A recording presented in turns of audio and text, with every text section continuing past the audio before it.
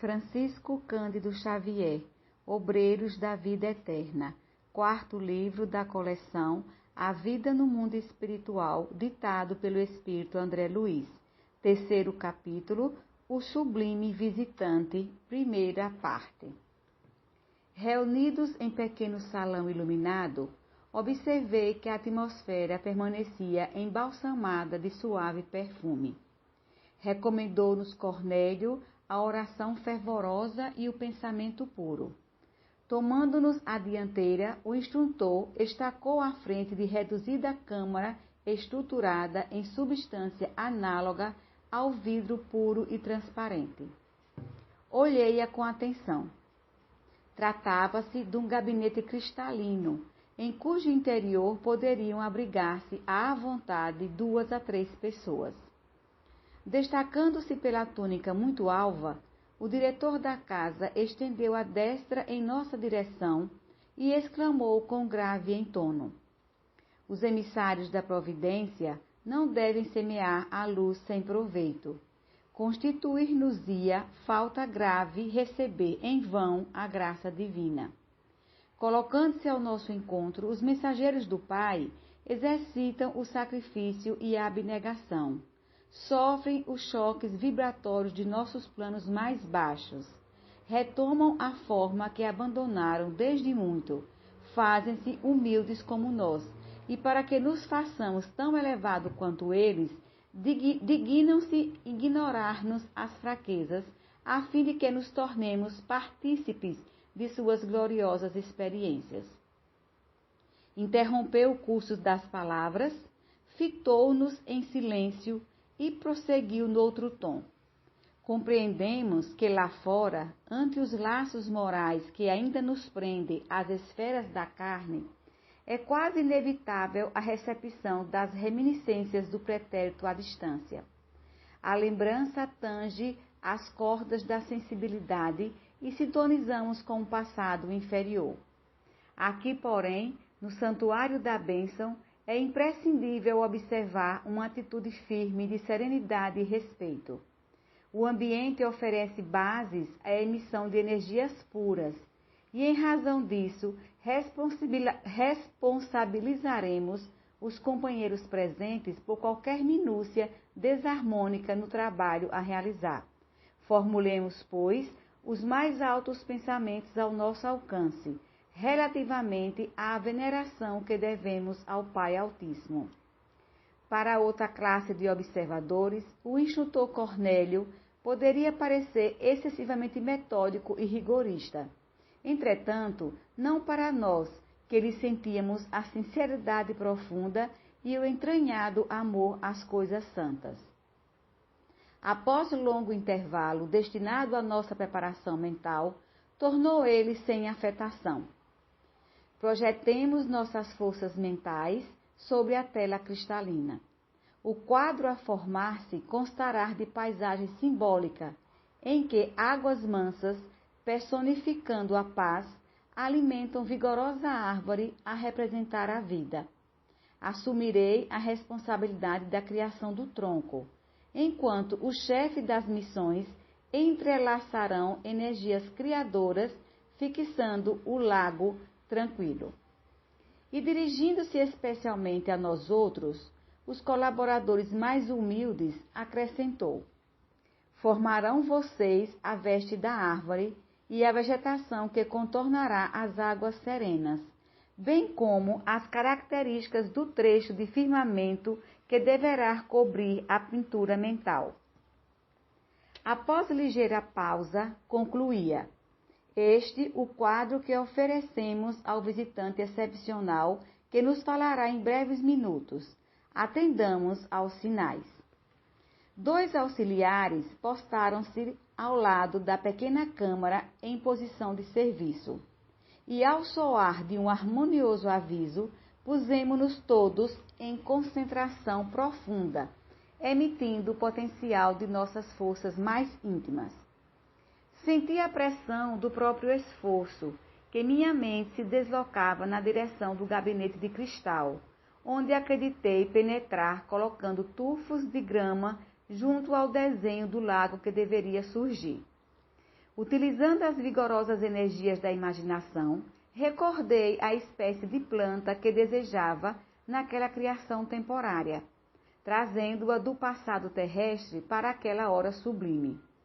Estruturei todas as minúcias das raízes, folhas e flores e trabalhei intensamente na intimidade de mim mesmo, revivendo a lembrança e fixando-a no quadro com a fidelidade possível.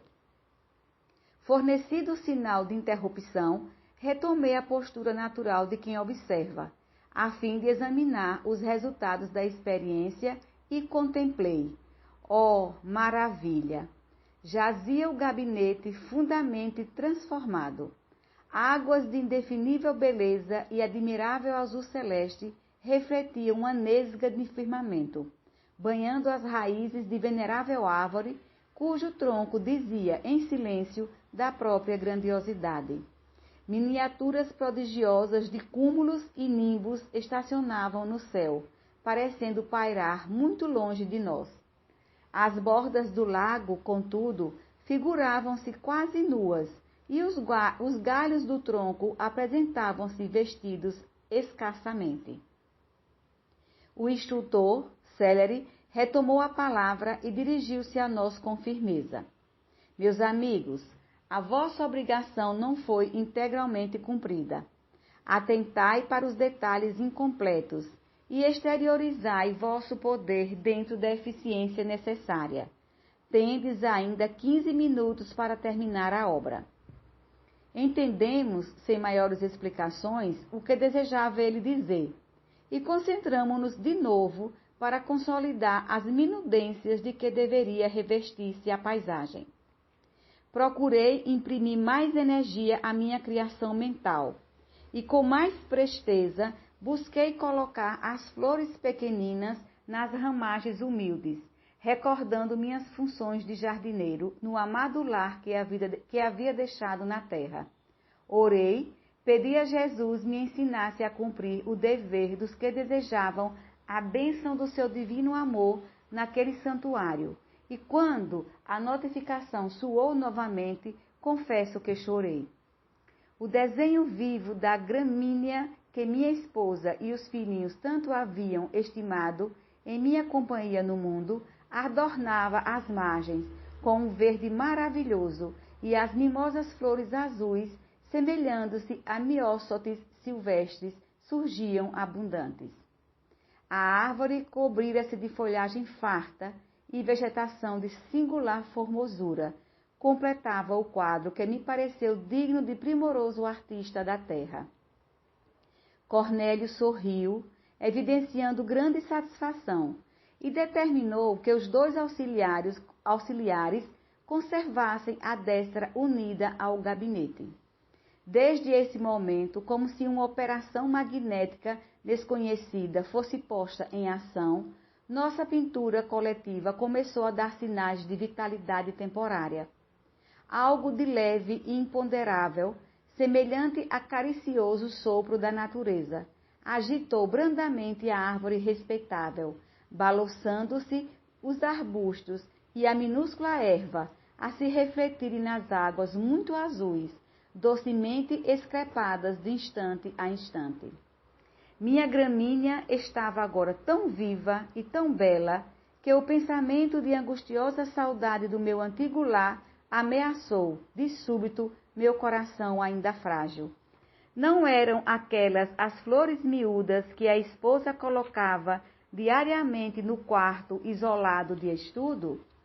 Não eram as mesmas que integravam os delicados ramos que os filhos me ofereciam aos domingos pela manhã? Vigorosas reminiscências absorveram-me o ser, oprimindo-me inesperadamente a alma, e eu perguntava a mim mesmo por que mistério o espírito enriquecido de observações e valores novos, respirando em campos mais altos da inteligência, tem necessidade de voltar ao pequeno círculo do coração, como a floresta luxuriante e imponente que não prescinde da singela e reduzida gota d'água para desendentar-lhes as raízes.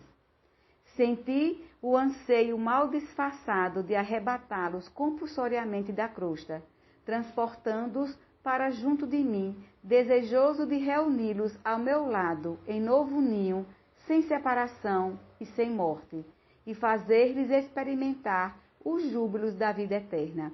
Minhas lágrimas estavam prestes a cair. Bastou, no entanto, um olhar de Jerônimo para que eu me reajustasse. Francisco Cândido Xavier, Obreiros da Vida Eterna, 4º livro da coleção A Vida no Mundo Espiritual, ditado pelo Espírito André Luiz. 3º capítulo, O Sublime Visitante, 2ª parte. Arremessei para muito longe de mim toda a ideia angustiosa e consegui reaver a posição do cooperador decidido nas edificações do momento. Cornélio, de pé, ante a paisagem viva, enquanto nos mantínhamos sentados, estendeu os braços na direção do alto e suplicou: Pai da criação infinita, permite ainda uma vez, por misericórdia, que os teus mensageiros excelsos sejam portadores de tua inspiração celeste para esta casa consagrada aos júbilos de tua bênção. Senhor, fonte de toda a sabedoria, dissipa as sombras que ainda persistem em nossos corações, impedindo-nos a gloriosa visão do porvir que nos reservaste. Faze vibrar entre nós o pensamento augusto e soberano da confiança sem mescla, e deixa-nos perceber a corrente benéfica de tua bondade infinita, que nos lava a mente mal desperta e ainda eivada de escuras recordações do mundo carnal. Auxilia-nos a receber dignamente teus devotados emissários. Focalizando a mente em nossos trabalhos, o instrutor prosseguiu noutra inflexão de voz. Sobretudo, ó Pai, abençoa os teus filhos que partem a caminho dos círculos inferiores, semeando o bem. Reparte com eles, humildes representantes de tua grandeza, os teus dons de infinito amor e de inesgotável sabedoria, a fim de que se cumpram teus sagrados desígnios. Acima, porém, de todas as concessões, proporciona-lhes algo de tua divina tolerância, de tua complacência sublime, de tua ilimitada compreensão, para que satisfaçam, sem desesperação e sem desânimo, os deveres fraternais que lhes cabem ante os que ignoram ainda as tuas leis e sofrem as consequências dos desvios cruéis. Calou-se o orientador do santuário, e dentro da imponente quietude da câmara, vimos que a paisagem formada de substância mental começou a iluminar-se inexplicavelmente em seus mínimos contornos.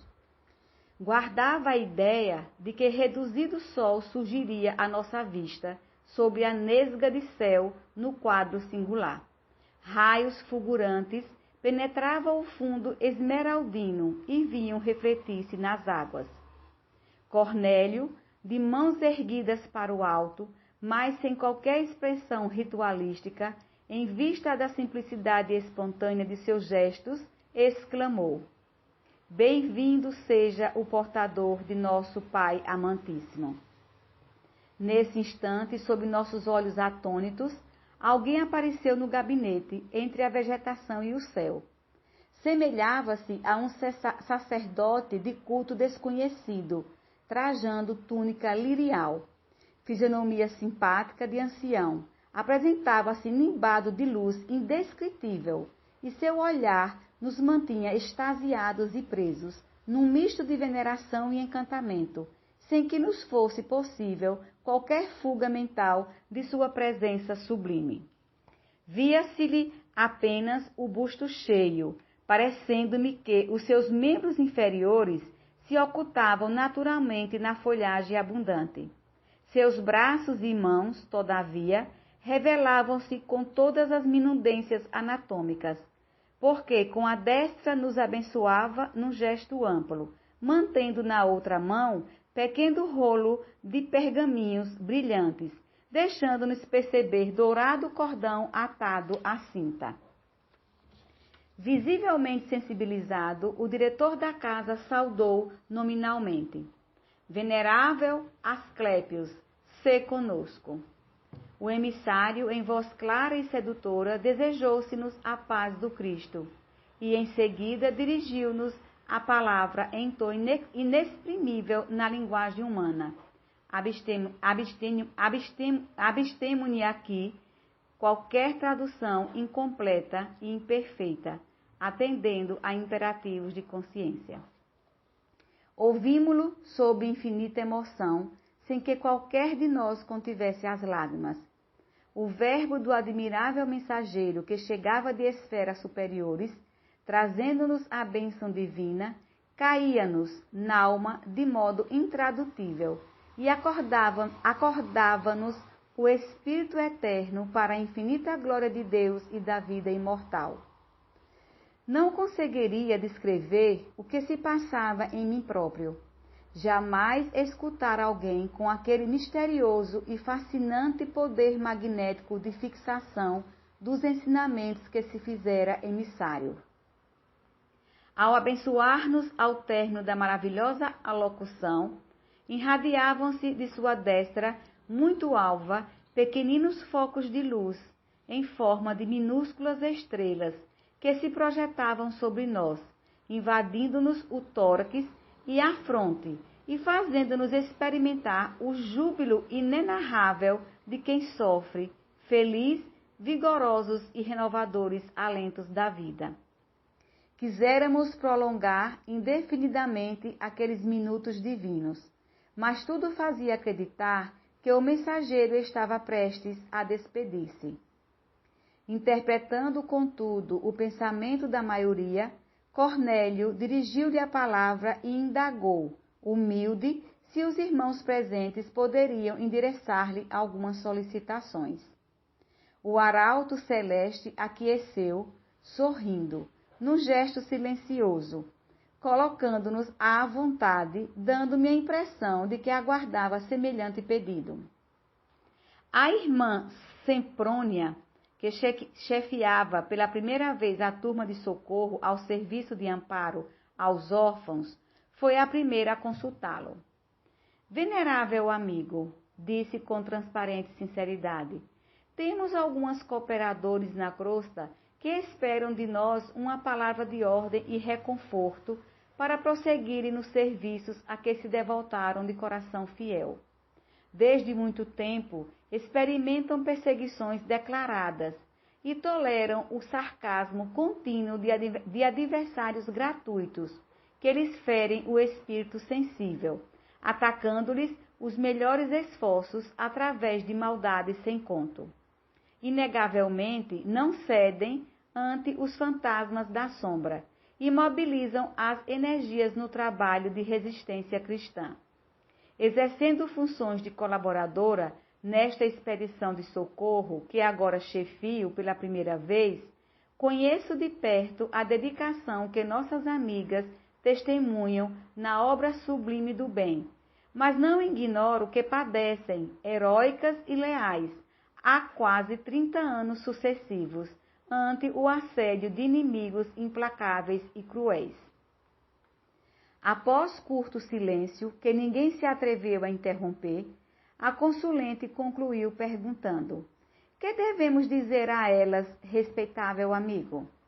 Por que palavras esclarecedoras e reconfortantes sustentar-lhes o ânimo em tão longa batalha? De alma voltada para o nosso dever, aguardamos de vossa generosidade o alvitre oportuno. Vimos então o inesperado. O mensageiro ouviu, paciente e bondoso, revelando grande interesse e carinho na expressão fisionômica, e depois que Semprônia deu por terminada a consulta, retirou uma folha dentre os pergaminhos alvinitentes que trazia, de modo intencional, e abriu-a à nossa vista, lendo todos nós o versículo 44 do capítulo 5 do Evangelho do apóstolo Mateus. Eu, porém, vos digo, amai a vossos inimigos, bendizei o que vos maldizem, Fazei bem aos que vos odeiam e orai pelos que vos perseguem e caluniam. O processo de esclarecimento e informação não podia ser mais direto nem mais educativo. Decorrido alguns instantes, Semprônia exclamou humildemente: Compreendo, venerável amigo. O emissário, sem qualquer afetação dos que ensinam por amor próprio, comentou: Os adversários, quando bem compreendidos e recebidos cristamente, constituem precioso auxílio em nossa jornada para a união divina. A síntese verbal condensava explicações que somente seriam razoáveis em compactos discursos. A meu ver, não obstante a beleza e edificação do ensino recolhido, o método não recomendava a extensão de perguntas de nosso lado, mas o irmão Raimundo, do grupo socorrista dedicado à assistência aos loucos, tomou a iniciativa e interrogou: Tolerante amigo, que fazer ante as dificuldades que me defrontam nos serviços marginais da tarefa? Interessando a órbita de nossos deveres, junto dos desequilibrados mentais da crosta terrestre, venho assistindo certo agrupamento de irmãos encarnados que não estão interpretando as obrigações evangélicas como deviam. Em verdade, convocam-nos à colaboração espiritual, pronunciando belas palavras, mas no terreno prático se distanciam de todas as atitudes verbais da crença consoladora. Estimam as discussões injuriosas, fomentam o sectarismo, dão grande apreço ao individualismo inferior que desconsidera o esforço alheio, por mais nobilitante que seja esse. Quase sempre entregam-se às rixas infindáveis e gastam o tempo estudando meios de fazerem valer as limitações que lhes são próprias. Por mais que lhes ensinemos a humildade, recorrem não a nós, mas ao exemplo eterno do Cristo, mas se arvoram em críticos impiedosos, não apenas uns dos outros, e sim de setores e situações, pessoas e coisas que lhes não dizem respeito, incentivando a malícia e a discórdia, o ciúme e o desejo espiritual. No entanto, reúnem-se metodicamente e nos chamam à cooperação em seus trabalhos. Que fazer, todavia, respeitava o orientador, para que maiores perturbações não se estabeleçam? Francisco Cândido Xavier, Obreiros da Vida Eterna, 4º livro da coleção A Vida no Mundo Espiritual, ditado pelo Espírito André Luiz. 3º capítulo, O Sublime Visitante, 3ª parte. O mensageiro esperou que o consulente se desse por satisfeito em suas indagações e, em seguida, muito calmo, repetiu a operação anterior e tivemos ante os olhos outro pergaminho com a inscrição do versículo 11 do capítulo 6 da primeira epístola do apóstolo Paulo a Timóteo. Mas tu, ó homem de Deus, foge destas coisas e segue a justiça, a piedade, a fé, a caridade, a paciência e mansidão. Permaneceu Raimundo na expectativa, figurando-se-nos não haver interpretado a advertência quanto devia, mas a explicação sintética do visitante não se fez esperar.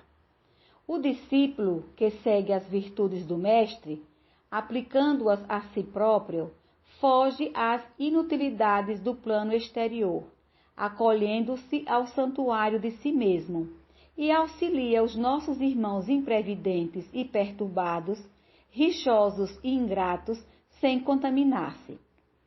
Registrando as palavras sábias de Asclépios, Raimundo pareceu acordar para a verdade e murmurou com algum desapontamento: aproveitarei a lição. Novo silêncio verificou-se entre nós. A irmã Luciana, porém, que nos integrava o pequeno grupo, tomou a palavra e perguntou: Esclarecido mentor, esta é a primeira vez que vou à crosta em tarefa definida de socorro. Podereis fornecer-me, porventura, a orientação de que necessito? O emissário, que parecia trazer respostas bíblicas preparadas de antemão, desdobrou nova folha e lemos, admirados, o versículo 9 do capítulo 4 da primeira epístola do apóstolo da gentilidade aos Tessalonicenses. Quanto, porém, à caridade fraternal, não necessitais de que vos escreva, visto que vós mesmos estáis instruídos por Deus, que vos ameis uns aos outros. Algo confundida, Luciana observou reverente. Compreendo. O evangelho aplicado, comentou o mensageiro delicadamente, ensina-nos a improvisar os recursos do bem nas situações mais difíceis. Fez-se de novo extrema quietude na Câmara. Talvez pelo nosso péssimo hábito de longas conversações sem proveito, adquirido na crosta planetária, não encontrávamos grande encanto naquelas respostas francas e diretas, sem qualquer lisonja ao nosso personalismo dominante. Rolavam instantes pesados, quando observamos a gentileza e a sensibilidade do diretor do Santuário da Bênção. Notando que Semprônia, Raimundo e Luciana eram alvos de nossa indiscreta curiosidade, Cornélio inquiriu de Asclépios como se fora mero aprendiz. Que fazer para conservar alegria no trabalho, perseverança no bem, devotamento à verdade? O mensageiro contemplou-o num sorriso de aprovação e simpatia, identificando-lhe o ato de amor fraternal, e descerrou novo pergaminho em que se lia o versículo 16 do capítulo 5 da primeira carta de Paulo aos Tessalonicenses. Regozijai-vos sempre. Em seguida falou jovial. A confiança no poder divino é a base do júbilo cristão que jamais deveremos perder. O instrutor Cornélio meditou alguns momentos e rogou humilde. Ensina-nos sempre, venerável irmão. Decorreram minutos sem que os demais utilizassem a palavra. Fazendo menção de despedir-se, o sublime visitante comentou afável. À medida que nos integramos nas próprias responsabilidades, compreendemos que a sugestão direta nas dificuldades e realizações do caminho deve ser procurada com o supremo orientador da terra. Cada espírito, herdeiro e filho do Pai Altíssimo, é um mundo por si, com as suas leis e características próprias. Apenas o mestre tem bastante poder para traçar diretrizes individuais aos discípulos. Logo após, abençoou-nos carinhoso, desejando-nos bom ânimo. Reconfortados e felizes, vimos o mensageiro afastar-se, deixando-nos envoltos numa onda de olente e inexplicável perfume. Ambos os auxiliares que se mantinham apostos retiraram as mãos do gabinete e, depois de várias operações magnéticas efetuadas por eles, desapareceu a pintura mental, voltando a peça de cristal ao aspecto primitivo. Tornando a conversação livre, indagações enormes oprimiam-me o cérebro. Não me contive. Com a permissão de Jerônimo e liderando companheiros tão curiosos e pesquisadores quanto eu mesmo, acerquei-me de Cornélio e despejei-lhe aos ouvidos grande cópia de interrogações. Acolheu-me benévolo e informou. Pertence Asclépios a comunidades redimidas do plano dos imortais, nas regiões mais elevadas da zona espiritual da Terra. Vive muito acima de nossas noções de forma, em condições inapreciáveis à nossa atual conceituação da vida. já perdeu todo o contato direto com a crosta terrestre e só poderia fazer-se sentir por lá através de enviados e missionários de grande poder. Apreciável é o sacrifício dele, vindo até nós, embora a melhoria de nossa posição em relação aos homens, algumas vezes outros mentores da mesma categoria visitam-nos por piedade fraternal. Não poderíamos, por nossa vez, demandar o plano de Asclépios, a fim de conhecer-lhe a grandeza e sublimidade? Perguntei. Muitos companheiros nossos, assegurou-nos o instrutor, por merecimentos naturais no trabalho, alcançam admiráveis prêmios de viagens, não só às esferas superiores do planeta, que nos serve de moradia, mas também aos círculos de outros mundos. Sorriu e acrescentou: não devemos esquecer, porém, que a maioria efetua semelhantes excursões somente na qualidade de viajores, em processo estimulante do esforço pessoal, à maneira de jovens estudantes de passagem rápida pelos institutos técnicos e administrativos das grandes nações. Raros são ainda os filhos do planeta em condições de representá-lo dignamente noutros orbes e círculos de vida do nosso sistema. Não me deixei impressionar e prossegui perguntando: Asclépios, todavia, não mais reencarnará na crosta? O instrutor gesticulou significativamente e esclareceu: poderá reencarnar em missão de grande benevolência se quiser, mas há intervalos de 5 a 8 séculos entre as reencarnações. Ó Deus! Exclamei, como é grandioso semelhante estado de elevação. Constitui sagrado estímulo para todos nós, ajuntou o mentor atenciosamente. Devemos acreditar, interroguei admirado. Seja esse o mais alto grau de desenvolvimento espiritual no universo? O diretor da casa sorriu compassivo em face de minha ingenuidade e considerou: de modo algum. Asclépios relaciona-se entre abnegados mentores da humanidade terrestre.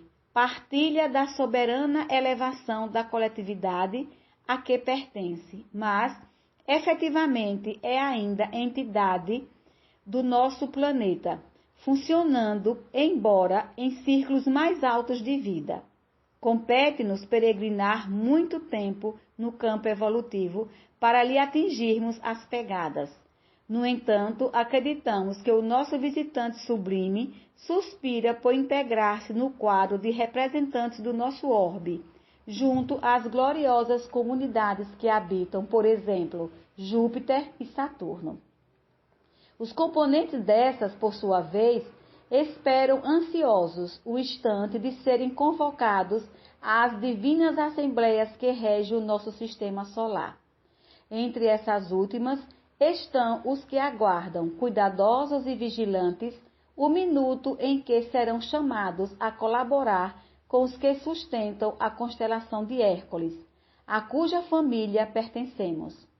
Os que orientam nosso grupo de estrelas aspiram naturalmente a formar um dia na coroa de gênios celestiais que amparam a vida e dirigem-na no sistema galáxico em que nos movimentamos. E sabe, meu amigo, que a nossa Via Láctea, viveiro e fonte de milhões de mundos, é somente um detalhe da criação divina, uma nêsega do universo? As noções de infinito encerraram a reunião encantadora no santuário da bênção. Cornélio estendeu-nos a mão, almejando-nos felicidade e paz, e despedimos-nos sob enorme impressão entre a saudade e o reconhecimento.